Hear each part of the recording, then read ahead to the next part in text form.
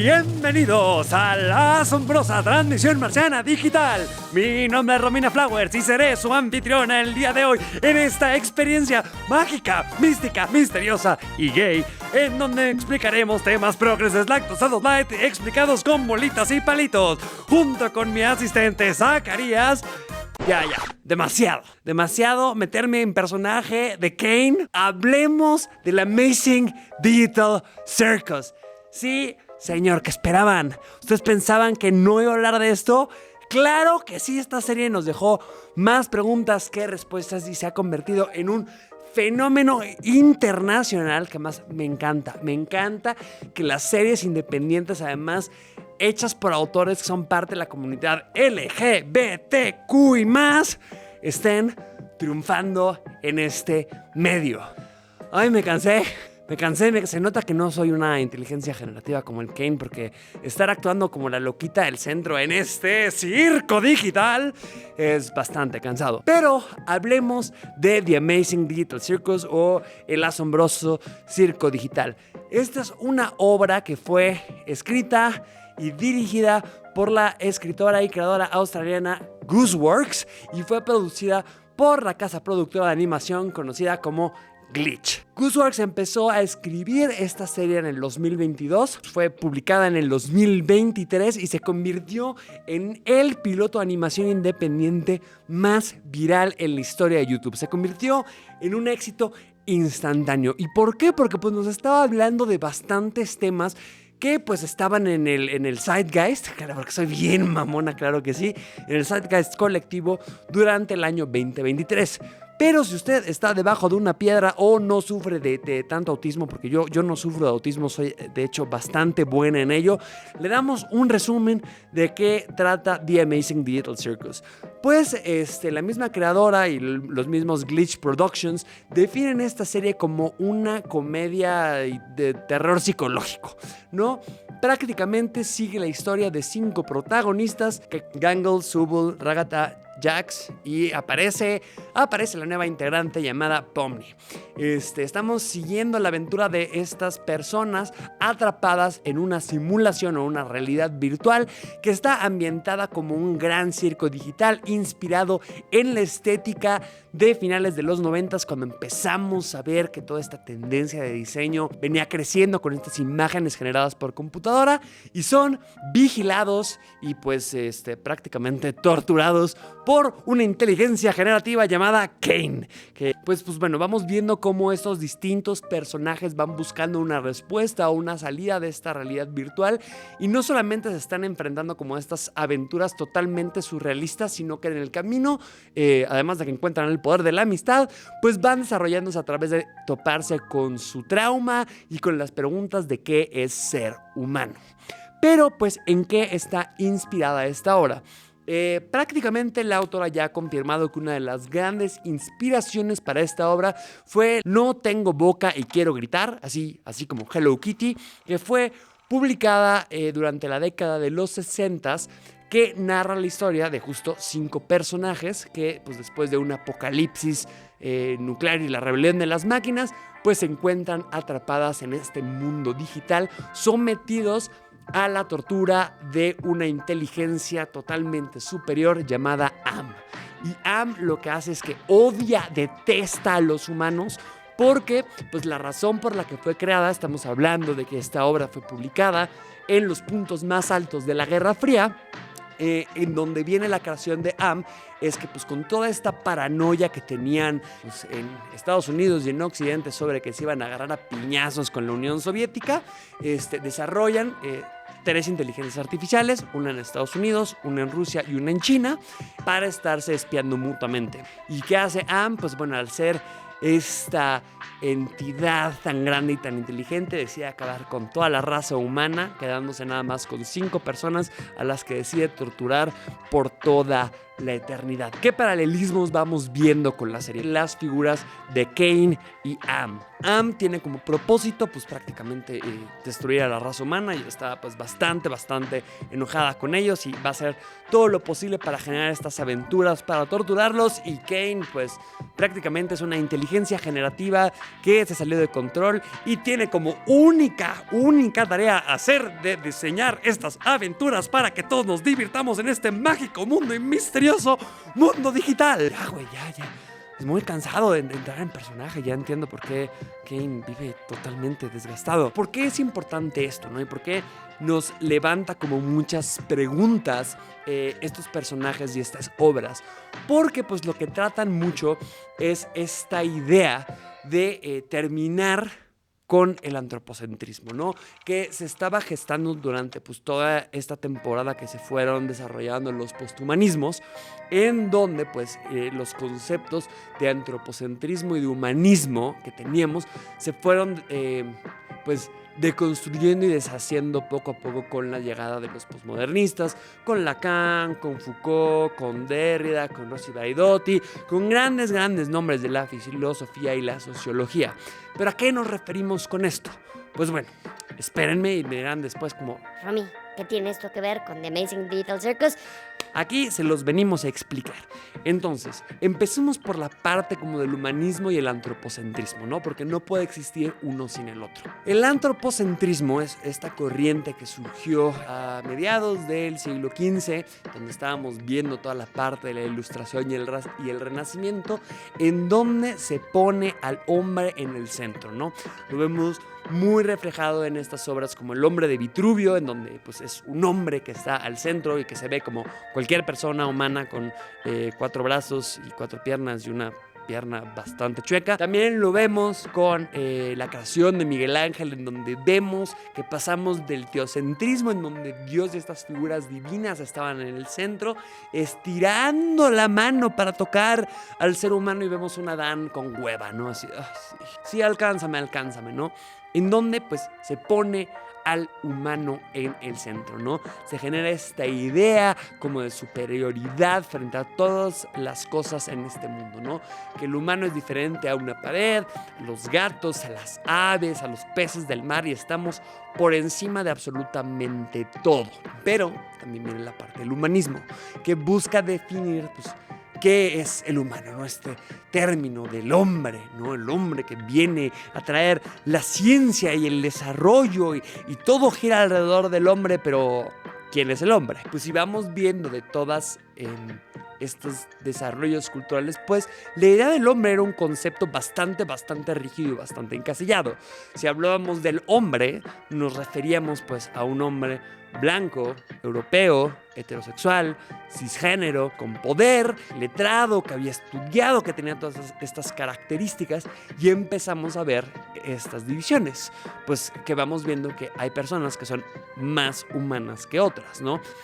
Significa que tenemos más poder, que estamos en una posición de poder más grande. Y lo vemos mucho con estos discursos que vienen después en todas las olas imperialistas y colonialistas de Europa, en donde consideraban a los nativos, consideraban a las personas árabes o de otro color o de África como seres humanos inferiores. ¿A qué les suena esto, no? ¿A qué discurso estamos viendo hoy en día que siguen creyendo que el humano, o que algunas personas somos más humanas que otras, ¿no? Que al final del día tienen más poder que otras?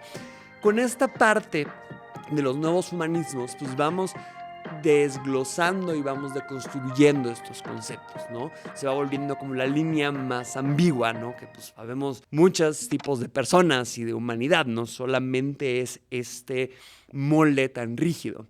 Y empiezan a haber pues como estas conversaciones si podemos llegar a trascender lo que es el humanismo, ¿no? A terminar de usar este concepto de que es humano y que cada vez se vaya pues volviendo cada vez menos y menos hasta que pues prácticamente es nada, ¿no? Entonces ahí entra la corriente del transhumanismo, que pues es esta idea que mediante la tecnología y todos estos avances podamos como superar los límites de lo que podemos considerar como humano, ¿no?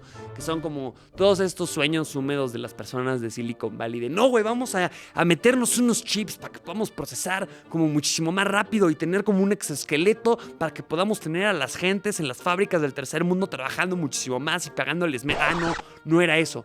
Pero bueno, es como todas estas partes de cómo podemos utilizar la tecnología para pues superar nuestros límites humanos. Y aquí es donde entra mucho también esta idea de las teorías de que, oigan, ¿y si podemos desarrollar una tecnología tan grande que podamos replicar o estudiar tan cabronamente nuestros cerebros que podamos subirnos a la nube y nuestras conciencias estén en una máquina o en un servidor fundado por Palantir? Entonces pues ahí estamos terminando ya con el término de qué es humano, porque ya no tenemos un cuerpo biológico o material que pueda estar manejando este tipo pues de limitantes. Entonces pues acabamos llegando al posthumanismo, que es...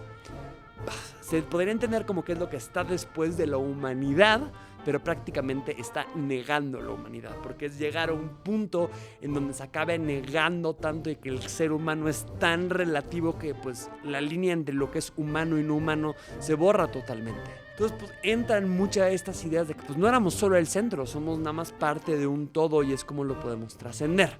Ajá, ok. Tengamos esa idea en la mente.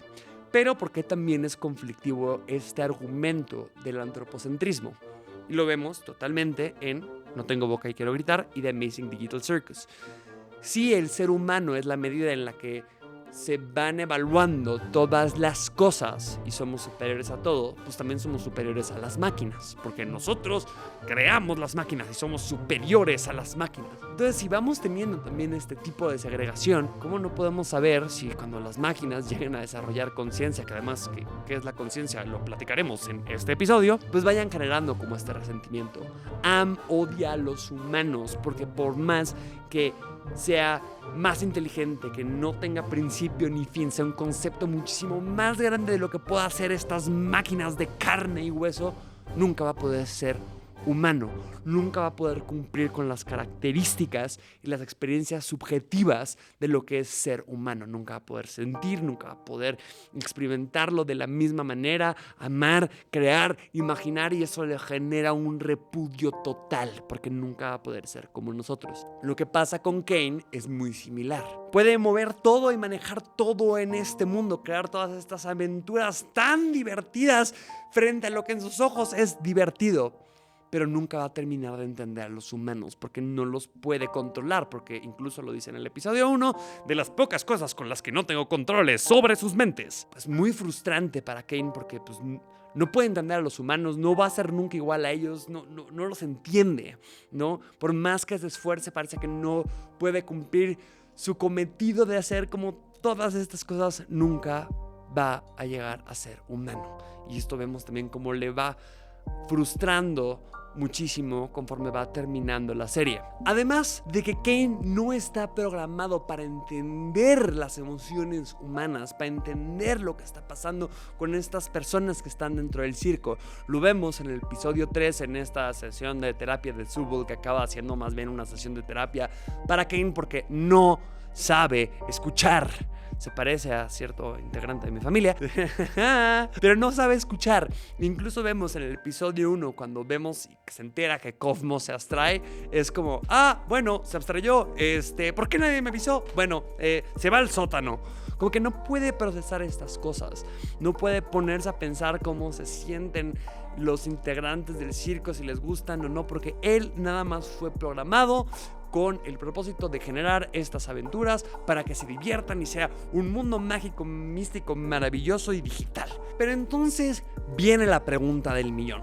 Y no es, ¿cómo podemos saber si estamos en una simulación? ¿Quieres tomarte la red pill o la blue pill? No. Es más bien de, ok, ya estamos dentro de la simulación y ¿qué vamos a hacer con eso? ¿Se puede vivir una buena vida dentro de la simulación? Que estemos dentro de un mundo digital es una realidad de segunda. Lo que estamos experimentando vale la pena o no, o nada más es un espejismo. Y pues podemos encontrar valor y una buena vida incluso si estuviéramos dentro de una simulación, porque pues no solo es el circo digital. ¿Qué tal que somos el Animal Crossing olvidado por Dios? Y pues las cosas que estamos haciendo tienen sentido. Así que para responder estas preguntas, quédense conmigo para meternos a la carpa del circo y responder estas preguntas el día de hoy. Bienvenidos a la carpa del asombroso circo digital o de la asombrosa transmisión marciana. La verdad es que no me pagan lo suficiente para que pueda decir las cosas bien. Yo soy la Jax de Temu, soy como esos luchadores que te ganabas en las canicas que eran de otro color totalmente al juguete original, por derechos de autor y porque Richie no nos prestó el cosplay de Jax. Bueno, más bien yo no se lo pedí. Entonces, también no me juzguen, yo soy daltónica, no distingo entre el azul y el morado, así que para mí este es el cosplay accurate de Jax. Antes de que nos pongamos a hablar de Jax, porque sé que ustedes dirán como... Bueno, pues que hablemos de Jax. ¡No! Eso está en el otro video, váyanlo a ver. Vayan a ver el otro video que hablamos más de Jax a fondo. Hablemos más bien de la simulación, de la realidad virtual. ¿Qué es esto? ¿Qué cara? Iker, ¿por qué no puedo maldecir en cámara? Cara, mierda, puta, ching. No puedo decir las cosas bien, pero repámpanos. Tenían tomando esto en consideración. Hablemos de qué son las realidades virtuales, ¿no? Estos mundos digitales en donde podemos interactuar y que parece que estamos en una realidad de segunda, porque de lo que usted vendrá a aprender hoy es que no necesariamente es una realidad de segunda, sino una realidad en sí misma. Pero para esto iremos a la libreta homosexual digital que dijeron que ya nos habíamos olvidado de la libreta homosexual y de este running gag. ¡No! Si se fijan, es nueva. Es nueva porque ya nos acabamos una con la temporada 1 de la transmisión marciana. La realidad virtual implica un mundo virtual que sea un espacio generado por computadora y que sea interactivo, ¿no? Son estos mundos en donde nos podemos mover, incluso a veces como sentir o engañar a los sentidos. Sin embargo, pues como todos sabemos, pues nuestra tecnología no ha llegado al punto en donde pues podamos interactuar de gran manera con estos mundos digitales, ¿no? Todavía hay como muchos glitches, no hemos podido lograr como engañar a nuestro sentido del tacto, del gusto, del olfato, pero pues en algún momento podríamos llegar a ello. Y eso es parte de la teoría de la simulación que planteó en el 2003 Nick Bostrom, que prácticamente nos ponía 3 puntos principales, ¿no? El primer caso era que ninguna civilización ni nadie ha podido llegar a un punto de desarrollo tecnológico en el que podamos desarrollar este tipo de tecnologías, ¿no? Que pues sin lugar a dudas estas civilizaciones se acaban extinguiendo y este güey ya llegó a cagar la toma, ya llegó Sacabobble, claro que sí. Bueno, el punto número 1 es ninguna civilización llega a ese punto, ¿no? Se extinguen antes de que podamos llegar a ese punto de desarrollo tecnológico. El punto número 2 que planteaba Nick Bostrom, ya güey, tú ya te regresas al circo. Las civilizaciones sí llegan a ese punto, pero cuando llegamos a ese punto de desarrollo dicen como... Sí, bueno, ¿quién tiene hambre? Tenemos cosas más interesantes que hacer que ponernos a simular realidades alternas, ¿no? ¿Quién tiene tiempo para eso? Y el punto número 3 es que, en efecto, llegaron a ese punto de desarrollo y dijeron, órale, vamos a desarrollar estas simulaciones de civilizaciones más antiguas o más arcaicas, ¿no? Entonces, no desarrollaron solo una, sino desarrollaron muchísimas civilizaciones como primitivas de alguna manera en, pues, donde estaban todas estas NPCs, es la teoría del NPC prácticamente, existiendo en estas simulaciones. Y como hay miles y millones de simulaciones en este futuro, pues por mera estadística somos parte de una de esas simulaciones, ¿no? Entonces dirás como, no mames, ¿cómo? ¿Cómo voy a estar yo en este juego de los Sims abandonado por Dios? Pues Nick Bostrom dice que pues sí, que desgraciadamente por mera estadística, si hay millones de simulaciones de civilizaciones prehistóricas, somos parte de una de esas simulaciones, en donde pues seríamos como estos NPCs o Non-Playable Characters.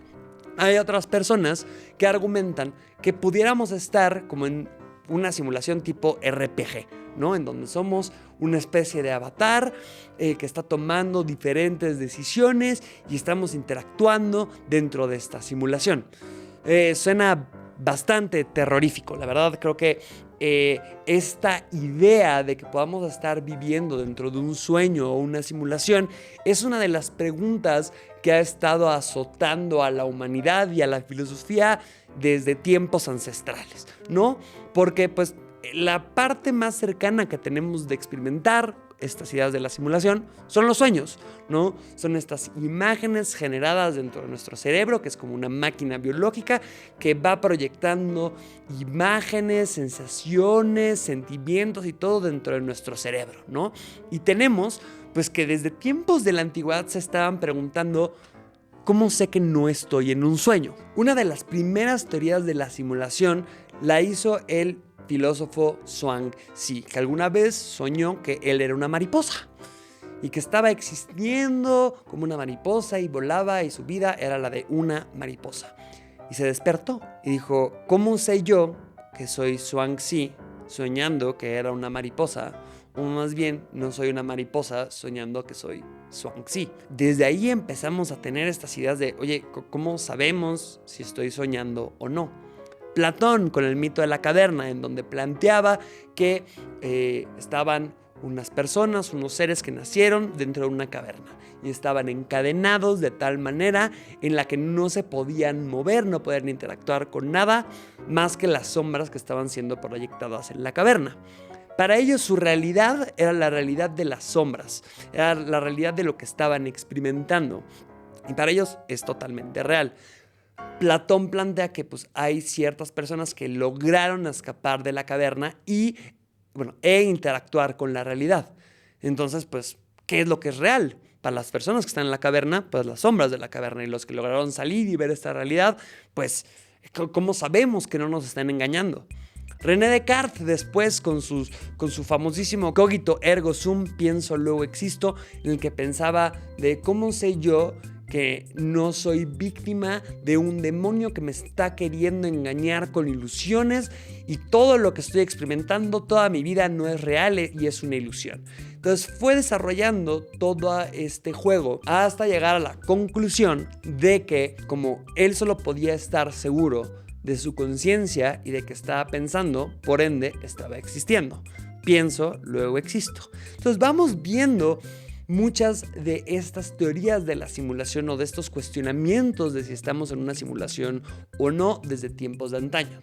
Pero después damos un fast forward bastardo hasta llegar a los 90s y tenemos la película de The Matrix, donde muchas personas empezaron a pensar en estos conceptos de si realmente vivíamos en esta simulación hecha por computadoras y vivíamos dentro de una tina con cables conectados a nuestro cerebro o realmente existía una realidad alterna. Y con esto hay un sinfín de preguntas. Realmente nunca vamos a poder tener la respuesta de saber si estamos en una simulación perfecta o no. Hay gente que argumenta que sí, que porque pues ciertos patrones y las cosas cómo se van moviendo en el mundo, hay ciertos glitches y cosas que no podemos entender, pero la realidad es que nunca lo vamos a entender.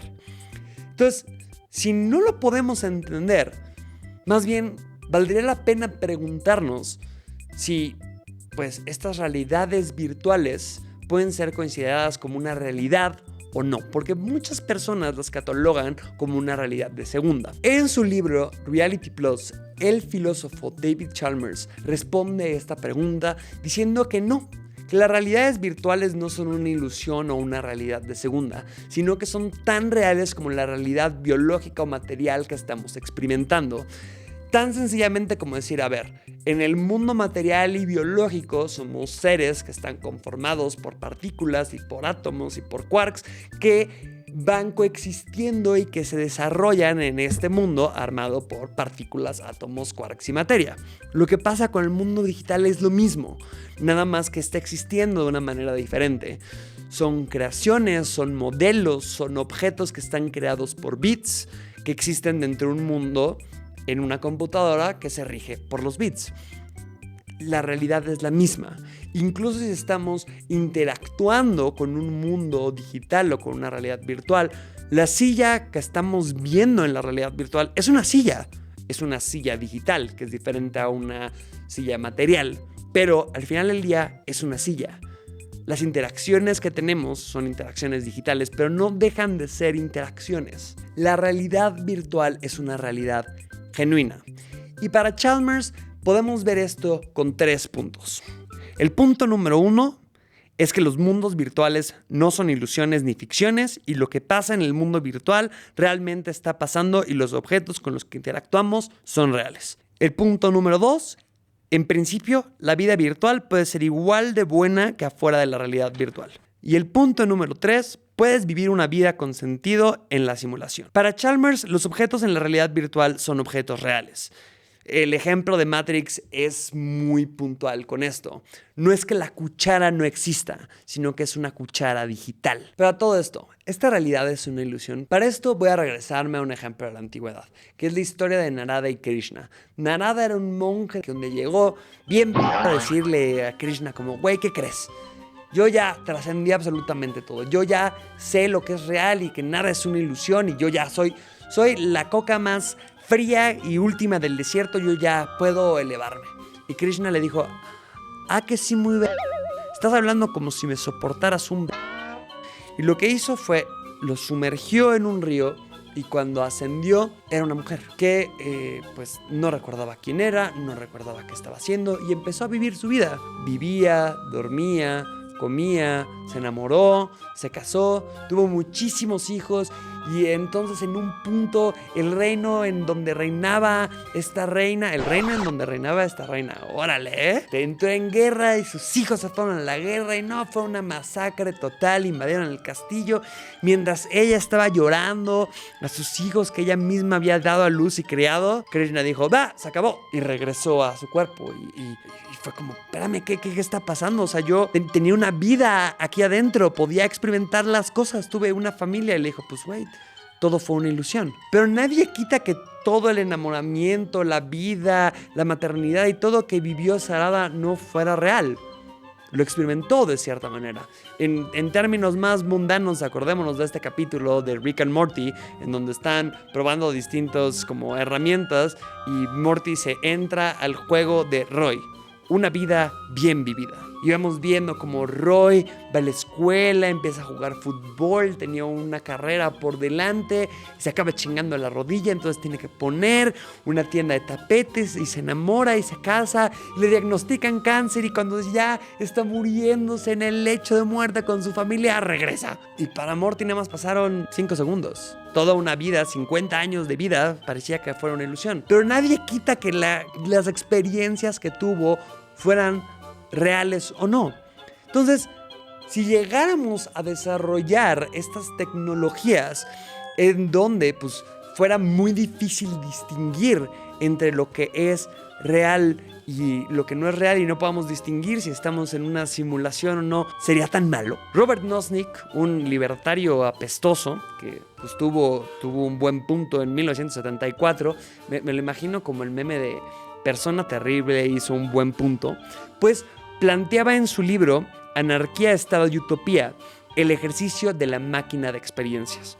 Prácticamente lo que planteaba esto era que, pues, si existiera una máquina donde pudiéramos conectarnos y experimentar cualquier cosa que queramos experimentar, escribir un libro, ir a la universidad, ser famosos, ser de otro género, vivir un matrimonio feliz, ¿valdría la pena estar dentro de esta máquina? O sea, las cosas y las decisiones que tomáramos serían reales. Nozick dice como, no, ni madres, yo espero también que la gente que me está leyendo esté de acuerdo conmigo. Porque no, esto es una realidad de segunda. Usted, querido usuario, lector, libertario, apestoso, debería de no estar de acuerdo conmigo porque pues todo lo que usted estaría experimentando sería una ilusión y un espejismo. Pero ¿qué tal si el mundo que estamos experimentando es el resultado de la máquina de experiencias? No tenemos contexto de saber si estamos en una simulación o no, entonces, ¿que nuestras acciones no tendrían su peso? Y esto me lleva mucho a pensar en los primeros 2 capítulos de Amazing Digital Circus, que cómo va empezando la serie, ¿no? Vamos viendo que mientras Kane está haciendo su presentación del circo digital, aparece Pomni. Una mujer de 25 años que viene del mundo real, que está al borde de un ataque de pánico porque de la nada se puso unos lentes de realidad virtual y apareció en este mundo que parece generado por Paint en 1998. vemos que lo primero que hace es como, no, ¿cómo me quito esto? Que no puede quitarse el VR set, y que todos dicen como, sí, todos pasamos por esto, ¿no? Entonces le empieza a dar una angustia totalmente aplastante de cómo llegué aquí, cómo me voy, qué es lo que está pasando. Y dice, bueno, no, ya sé qué es esto es un sueño, nada más tengo que seguir avanzando con esto, porque pues sí, lo primero que pensamos con las simulaciones es el sueño, hasta que se da cuenta que no es un sueño, e incluso Subul le dice como, pues bueno, bienvenida a tu nuevo hogar y a tu nuevo cuerpo. Pues estando dentro de esta simulación, pues, ¿qué nos queda? O sea, ya estamos aquí adentro, sabemos que no puede haber escapatoria, que nuestra existencia se acaba reduciendo a LARPing, a hacer juego de rol por toda la eternidad, en donde pues no necesitamos comer, ni dormir, ni descansar, porque pues estamos dentro de una realidad virtual y pues si comemos, pues no estamos comiendo, nada más estamos experimentando la sensación de que estamos comiendo, pero sin toda la información y los requerimientos nutricionales que necesitaría nuestro cuerpo. Entonces, pues, ¿es un espejismo o no? Pues no necesariamente, porque pues lo estamos experimentando de esa manera. Mucho de lo que va tratando el primer capítulo de esta serie es pues cómo nos vamos adaptando a esta idea de darnos cuenta que estamos en una simulación, ¿no? Vamos viendo que distintos integrantes que se fueron sumando al circo se abstrajeron, que fue prácticamente que se rindieron, no pudieron más. El momento en el que sus mentes no estaban activas o participando en las aventuras que Kane les daban, pues al estar pensando todo el tiempo en quién eran, en la mortalidad, en sus acciones, en que no había salida, se acababan volviendo locos y se acababan rindiendo, lo que terminaba en que se abstraían de la realidad totalmente y se convertían en estos monstruos llenos de odio y de ojos persiguiendo a los demás. En el capítulo 2 nos presentan también esta idea de los NPCs. Cuando van a este reino que parece una mezcla entre Mad Max y Candyland, nos presentan la idea de los NPCs, que son estos personajes generados por computadora que interactúan con nosotros, ¿no? Prácticamente como el Agent Smith en la Matrix o las personas con las que interactuamos en Skyrim. Let me guess. Someone stole your sweet roll.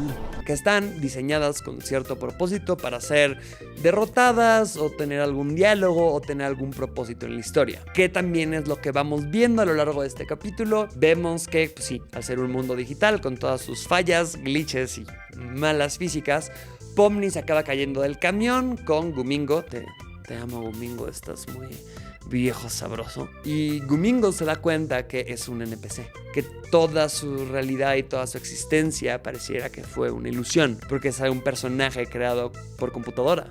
Se encuentran los modelos hacia abajo del mapa de él, de sus amigos, de las personas del reino, y empieza a tener esta crisis existencial de quién es él, de a dónde pertenece y si la vida tiene algún sentido, al entender que pues todo lo que él creyó que era real era una mentira. Y creo que es algo que nos aterra bastante a todos, y como lo hemos visto en este eje, es una pregunta que nos hemos hecho por todos lados, pero me parece muy interesante la manera en la que le dan la vuelta en este episodio, porque Pomni empieza a explicarle que pues sí, muchas veces también, incluso en este mundo material y real, a veces sentimos que no somos nada, que no tenemos a dónde ir, que todo está escrito y que no tenemos ningún propósito.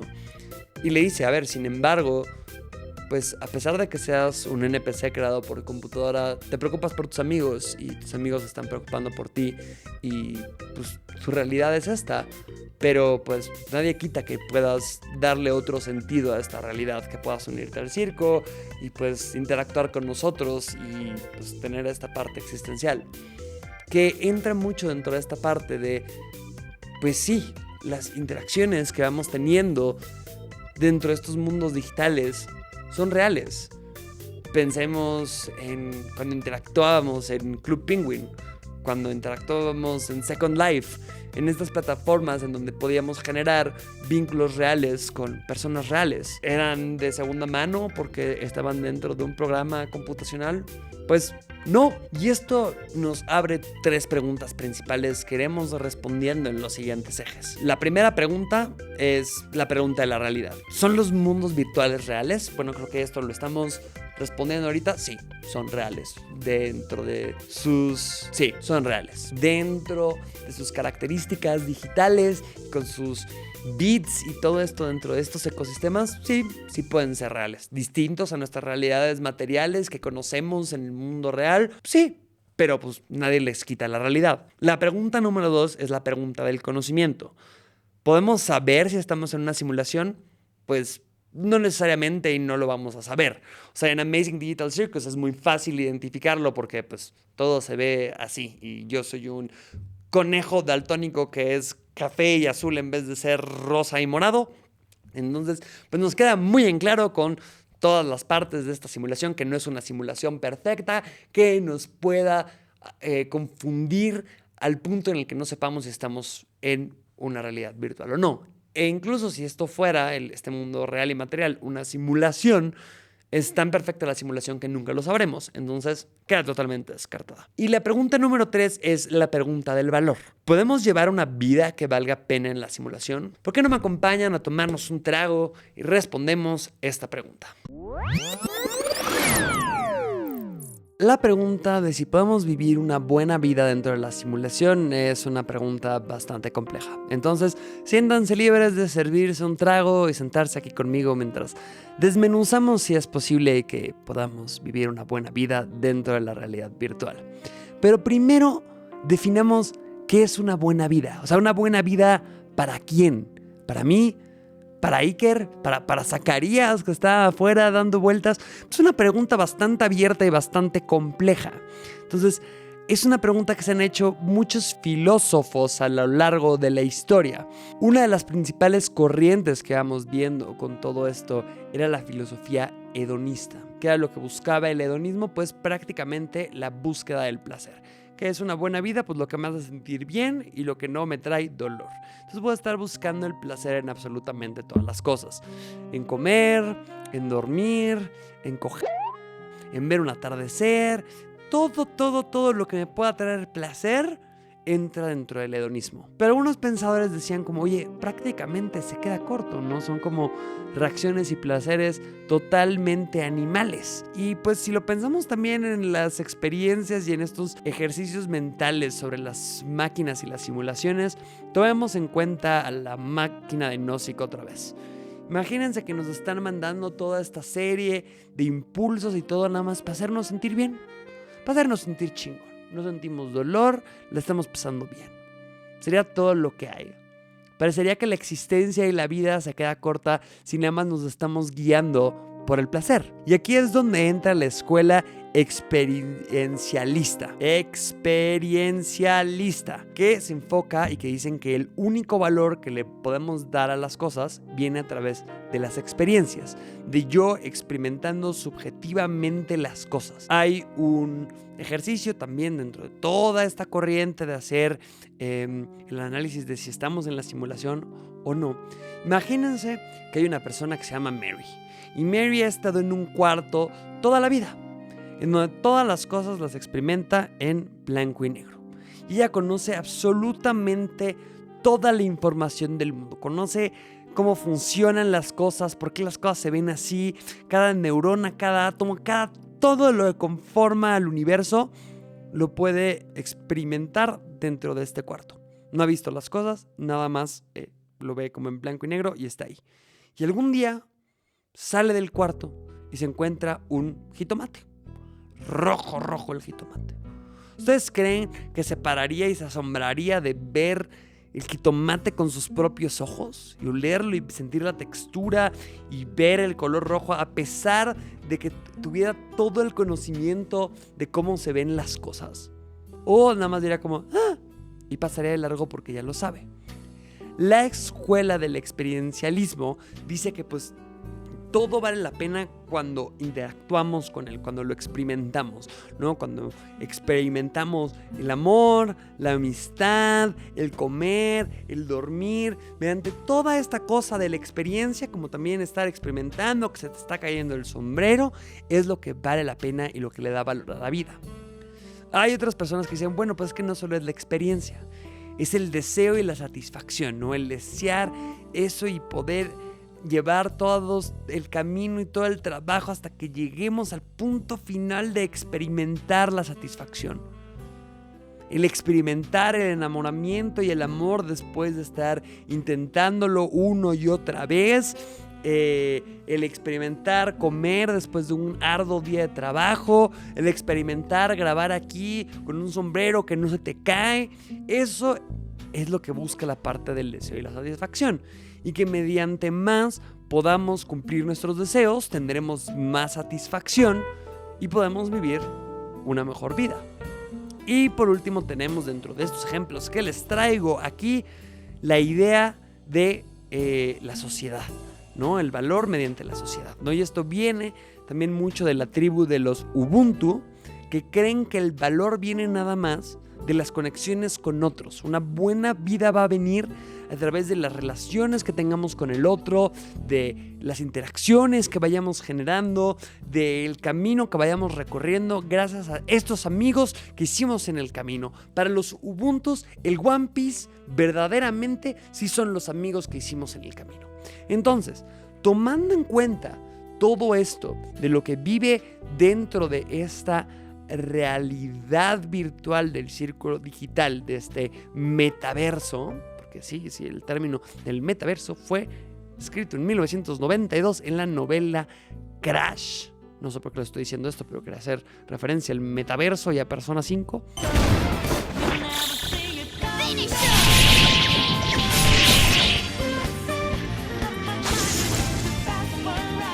Pero bueno, en este metaverso virtual, realidad virtual, si tomamos en cuenta todos estos factores, ¿podrían vivir una buena vida dentro del circo?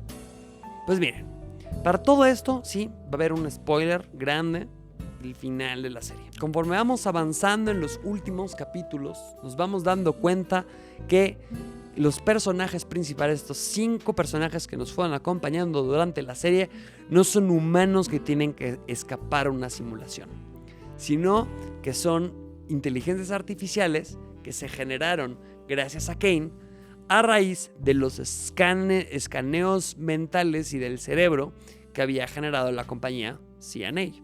Entonces, para ellos, la realidad se colapsa totalmente. ¿Por qué? Porque pues no son ellos, son un scan de su cerebro, pero son realmente ellos. Primero, pensemos en esta parte de qué implicaría que nuestra mente y nuestro cerebro estuviera cargado en un servidor, ¿no? A esta teoría se le conoce como la teoría del mind uploading, ¿no?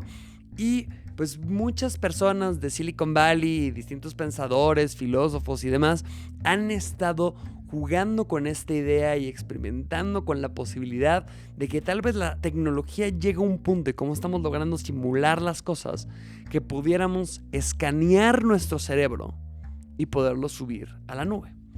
Pero pues nuestra mente y nuestra conciencia y quiénes somos nada más está ligado y metido en nuestro cerebro a esta idea de que nuestro ser y nuestra parte personal nada más reside dentro de la parte física del cerebro. Se le llama fisicalismo, ¿no? Y prácticamente es la idea de que todo acerca de la mente se encuentra en el cerebro, ¿no? En esta máquina de carne y neuronas y todo que está generando quién soy. Y creen que en algún momento entenderemos tanto nuestro cerebro que vamos a poder tener la tecnología necesaria para simular todos sus aspectos, ¿no? Entonces, esta estructura biológica tan compleja, pues la podríamos escanear. Pero, ¿qué tan viable es esto, no? En CNA, pues prácticamente decían que a través de resonancias magnéticas, y también lo vimos en Backrooms y toda esta parte, pero pues, siendo totalmente sinceros, nuestra tecnología que tenemos ahorita, incluso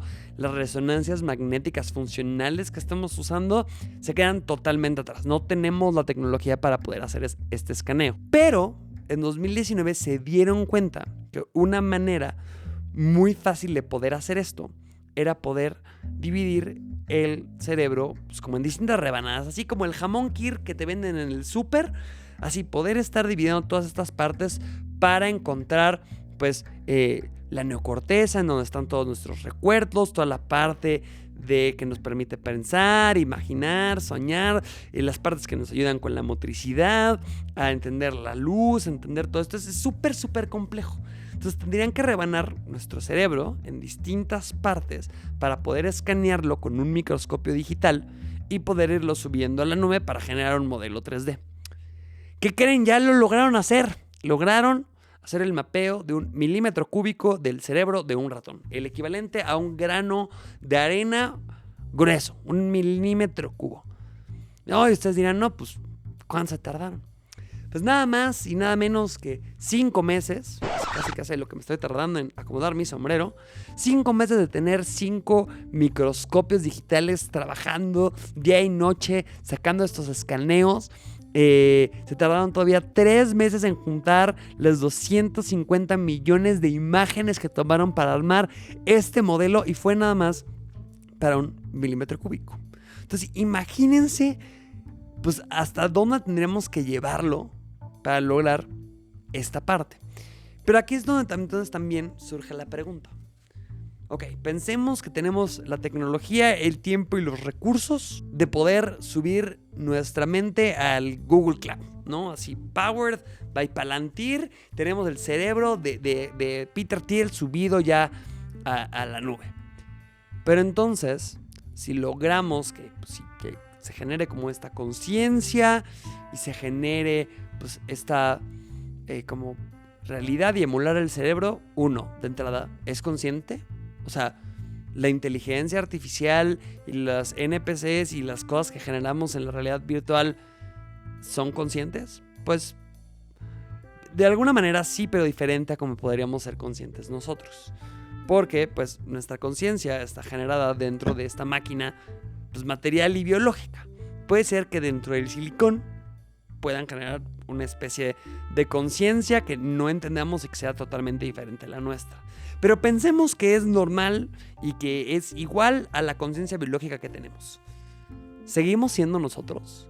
O sea, ya hasta me está doliendo la cabeza de pensar en esto, pero si logran subir a Pomnina Flowers a la nube, ¿sería la misma que la Pomnina Flowers que les está hablando a ustedes en este momento? Porque lo que me hace a mí también son mis experiencias, mi pasado, las personas con las que he interactuado, mis vivencias. Entonces, ¿seríamos la misma persona o seríamos diferentes personas? Y es un poco también lo que vamos viendo dentro de los argumentos finales de Amazing Digital Circus. Si nos estamos dando cuenta que cada uno de los integrantes del circo tiene su contraparte en el mundo real, en donde Pomni tiene a Abby, que trabaja en administración y finanzas para una cadena de supermercados en el mundo real, que tenemos a Subul, que tiene su contraparte, que es tatuadora y trabaja en un bar, que Jax tiene su contraparte, que se llama Leroy. ¿Son la misma persona o no? Porque Leroy no ha pasado por las mismas experiencias que ha pasado Jax. No ha pasado por estos rompimientos de alejar a sus amigos, de alejar a Ribbit, de alejar a Cosmo, de pelearse con Pomni. Mantienen sí un pasado en común, pero no serían las mismas personas. Pero entonces, si están existiendo dentro de este mundo digital, teniendo sus propias experiencias y su propio desarrollo totalmente distinto a la conciencia de las personas que están totalmente fuera, ¿por qué no podrían ser reales dentro de su propio mundo? ¿Y por qué no podrían vivir una buena vida? Porque si lo pensamos, también es algo que va manejando mucho la serie hacia el final. Vamos viendo estos diálogos y estas interacciones entre personajes cuando se dan cuenta que su existencia no es lo que pensaban que era su existencia.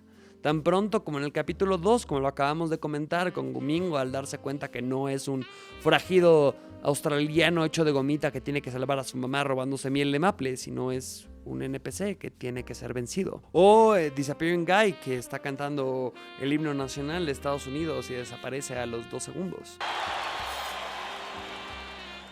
José.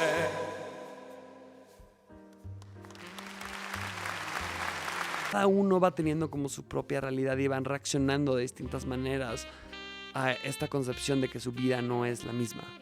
Y aquí empezamos a ver que estas inteligencias artificiales empiezan a añorar el mundo material. Yo tenía sueños, yo tenía metas, yo quería estudiar diseño gráfico y convertirme en un artista, o quería ser una barista que pudiera atender a las personas, o prácticamente dejar de huir de mi pasado, como es Jax, o seguir trabajando en sus blogs de cosas paranormales, como era el caso de Pomni. Pero ¿qué las cosas y las experiencias que están teniendo dentro de este mundo no son suficientes? Zubul dice que ella quería cambiar el mundo y generar una diferencia, y generó una diferencia en ese mundo para Gangle, y Gangle se lo dice. Podrían llevar una buena vida, y es mucho lo que vamos viendo hacia el final de la serie. Vamos viendo que cada uno acaba abrazando su trauma y sus errores. Incluso hasta el mismo Kane acaba dándose cuenta de los problemas que traían sus simulaciones. Que nada más estaba intentando seguir el propósito para el cual lo habían programado, que era el estar generando sus aventuras, y no estaba escuchando lo que querían los demás. No estaba escuchando que tal vez él no siempre tenía la razón, y que aunque no quisieran participar en sus aventuras, su propósito podía ser otro, además del para el que habían sido programados. Es impresionante el cambio de paradigma y el cambio que nos muestra la serie hacia el final, en donde nos demuestra que, pues sí, a pesar de que no son las mismas personas que en el mundo material, Pomni y Abby no son la misma. Pomni no es Abby, Pomni es Pomni. Y aprende a vivir en este mundo y a disfrutar esta eternidad en este mundo digital. Porque sería totalmente triste el pensar que, pues sí, están en esa realidad de segunda y no pueden llegar a ningún lado. Con razón, la gran mayoría en el circo terminan abstrayéndose, terminan rindiéndose, cuestionándose sobre qué es real, qué es la vida, qué es la muerte y cuál es su propósito en este mundo. Si podemos generar cosas que nos hagan sentir bien, que nos puedan dar cierto sentido dentro de este mundo, valen la pena. Las relaciones que hemos hecho a través de los mundos digitales valen la pena. Incluso, véanlo, todo el éxito de los VTubers. Tenemos personas en este mundo material que están interactuando con estas personas y con estos avatares que para ellos son reales de alguna u otra manera, en donde existe esta ilusión de que, a pesar de que saben que hay una persona material detrás de estos avatares que no se ve como el avatar, las interacciones que generan con ellos son reales. No son interacciones de segunda. Sería triste pensar que así es. Pero si estamos pensando en qué es lo que nos hace sentir bien y que le vamos encontrando el sentido con nuestras acciones y con las cosas que estamos haciendo, ¿no tendría que también jugar un punto fundamental el sentirnos bien con cómo nos vemos? ¿El expresarnos de una manera que nos haga sentir cómodas con nuestro cuerpo? Porque creo que la parte digital siempre ha jugado un rol muy importante para todas estas personas que se encuentran en los extremos de lo que podría ser considerada la heteronorma. ¿Y por qué el mundo digital funciona tanto para encontrar estos espacios? Creo que vale la pena darnos un clavado para investigarlo más a fondo. ¿Qué? ¿Qué les sorprende verme de maid? A ver, primero, perdí una votación frente a todos. Segundo, uso esto totalmente de manera de manera irónica, porque me encanta molestar a la gente. No es porque me hace sentir algo y me hace sentir bien y cute y linda de mujer vestirme así. O sea, no, para nada. No vayan a pensar cosas, ¿eh? Y si hipotéticamente me gustara, eso no me haría gay, porque la realidad es gay.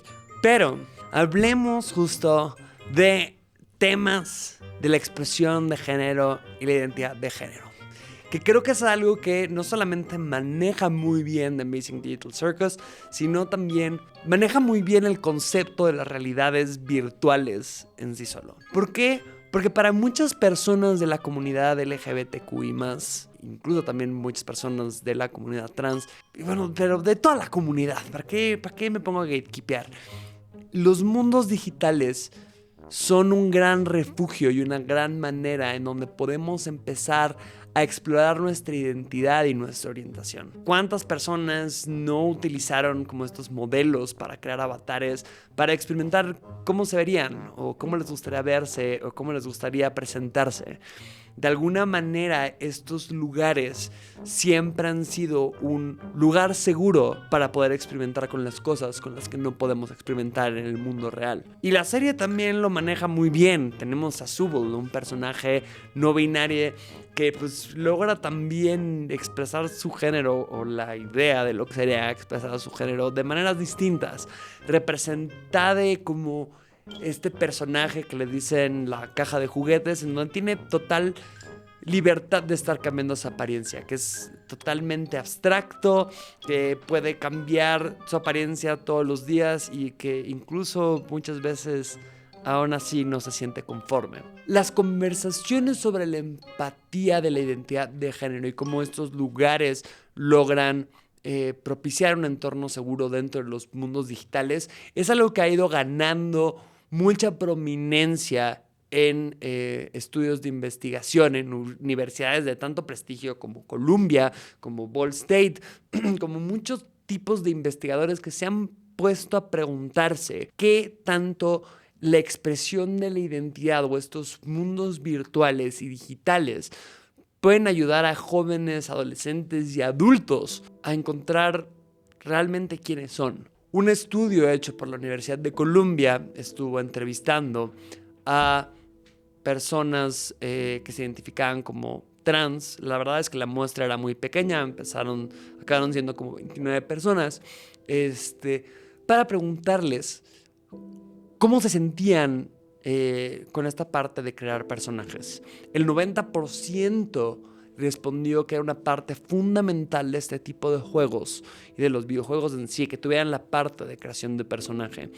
La gran mayoría acababan diseñando personajes que no se parecían para nada a cómo se veían en el mundo real. El 11% acabó respondiendo que era pues, crucial para poder aliviar estos síntomas de disforia. Estos síntomas en donde tal vez no pueden presentarse de la manera en la que les gustara en el mundo real porque no es seguro, porque no pueden o porque no tienen los medios y encuentran en estos mundos digitales la oportunidad de hacerlo. Y aquí es también donde me pongo mucho a pensar en esta parte de las teorías de valor de si podemos vivir una buena vida en el mundo digital. Porque ya estuvimos hablando también en el segmento anterior un poco del hedonismo, del experiencialismo, de la teoría social, todas estas partes de cómo le vamos dando sentido a nuestras vidas a través del placer, la experiencia, la comunidad o sinceramente nada más el buen sentimiento que nos da alcanzar nuestras metas. Pero si nos vamos al estricto sentido de qué es una buena vida, es qué es bueno para nosotros, con qué nos sentimos plenos, con qué nos sentimos cómodos y felices. Para muchas personas, pues, el ser parte de la comunidad y el colectivo LGBTQI+ es muy peligroso por distintas razones, por estigmas sociales, por la religión, por familias pues, que son totalmente conservadoras o que no aceptan su identidad y van generando este tipo de relaciones y de maneras en las que pueden expresarse. Tomemos como marco de referencia todos estos juegos que vimos en el boom de los 2000 y 2010 como Second Life, como los Sims, como Animal Crossing, como Club Penguin, como muchos de estos lugares en donde podíamos convivir en estos mundos digitales, en donde podíamos crear un avatar, que pues avatar también es una palabra que viene del sánscrito, que significaba como poder traer una parte de Dios o de estas figuras como tan grandes adentro de pues un cuerpo, ¿no? Más pequeño. Aquí pues creábamos estos avatares en donde poníamos todo de nosotros en estos personajes y en donde podíamos experimentar el cómo nos sentíamos viéndonos de X o Y manera. Cuántas personas, yo me acuerdo, también por obvias razones, de estar jugando con estas ideas de, ay, ¿y qué pasa si a mi pingüino le pongo peluca y me vuelvo rosa? ¿No? Y es como, ay, no puede ser, no. Pero lo acabas disfrutando. O tan sencillamente como cuando jugabas Pokémon, te preguntaban, ¿eres niño o niña? Y tenías también la posibilidad de ser niña y de existir en este mundo digital como siendo del sexo opuesto. Estos mundos digitales y las realidades que vamos creando ahí, el cómo nos vamos desarrollando y nos vamos expresando, es real. Para muchas personas han sido como el punto en el que se ha roto esta parte del cascarón del huevo en donde pudieron eclosionar y ser quienes realmente eran en este mundo. Pero más que nada también la parte de ir haciendo una comunidad. ¿Cuántas historias no hemos conocido de personas que se conocen en entornos digitales? No solo por decir como las apps de citas, que sí, también déjenme decirles que es un entorno digital, pero pues en estos lugares igual como Second Life, como Reddit, como Twitter, como en todos estos lugares que fuimos buscando encontrar, hacer una comunidad, encontrar a las personas que no nos iban a juzgar por quienes éramos, que podíamos vestirnos de conejo maid de manera totalmente irónica, sin sentir ningún tipo de juicio. ¿Cuántas de estas plataformas nos han permitido a través del anonimato crear personajes, alter egos, maneras de expresarnos que no tienen que ver con la persona con la que nos representamos en el mundo real? Y regresando a esta parte, y voy a apostar todas mis fichas a que, pues sí, las relaciones que hacemos en estos entornos digitales son relaciones reales, porque son relaciones que nos van a ayudar a crecer. Porque a pesar de que se dieron en un mundo y en un entorno digital, nos hicieron crecer como personas. Para muchas personas así es el caso.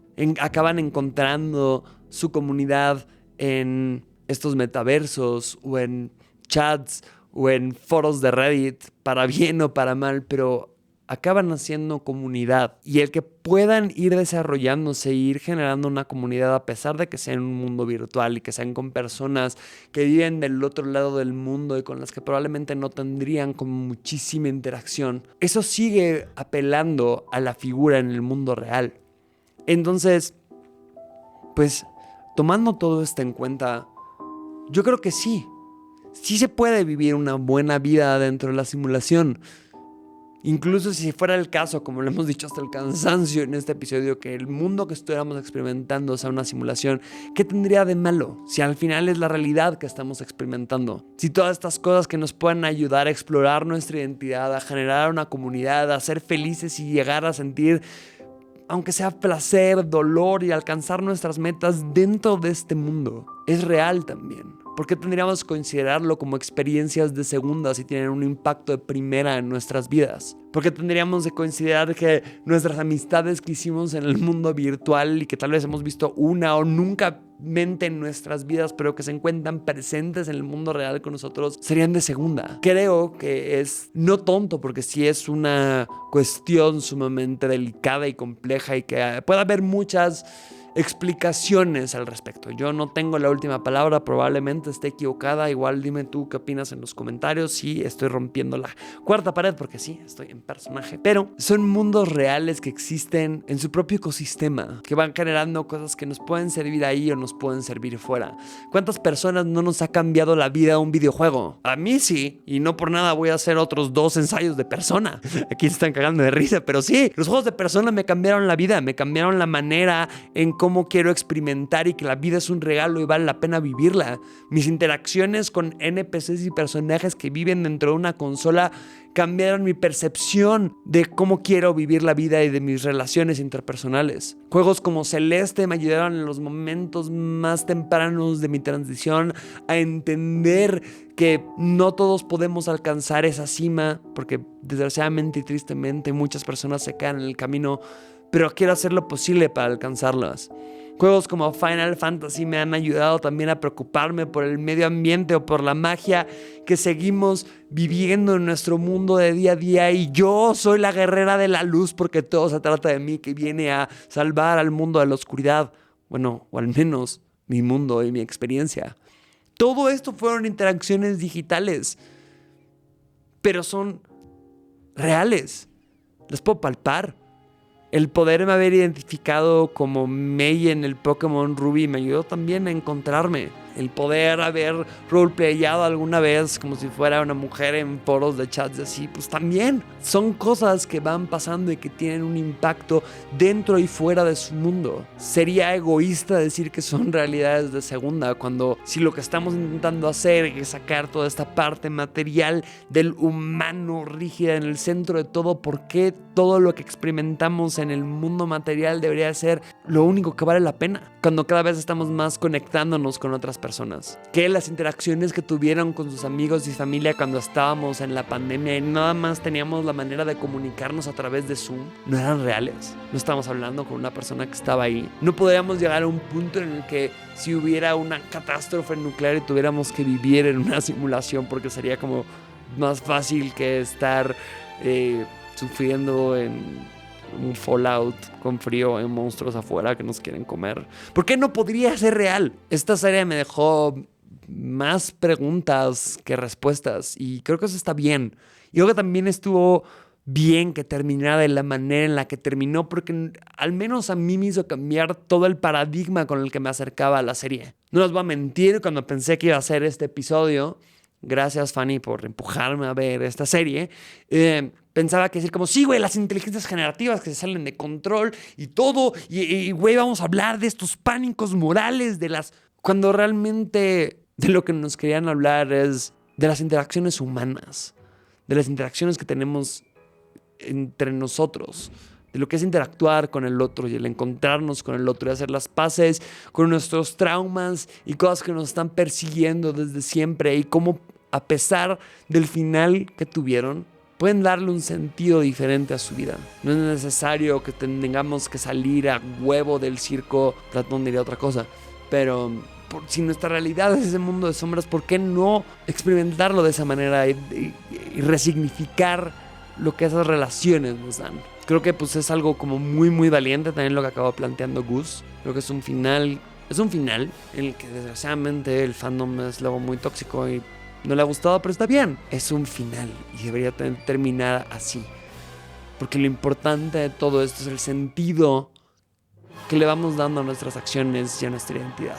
Pero desgraciadamente llegó el momento de abstraerse. No es cierto, no me voy a abstraer. Hay Romy Jax para rato, pero colorín colorado, este cuento se ha acabado. Yo soy Romina Flowers, esta es La Transmisión Marciana, es una producción grabada en Estudios Malafama en Calzada de Tlalpan 393. Los Malafamos, como siempre, se rifan muchísimo.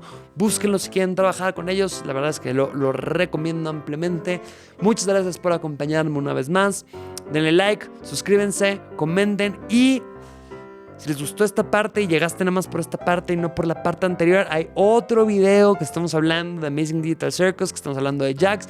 Velo a ver y nos vemos en la siguiente transmisión.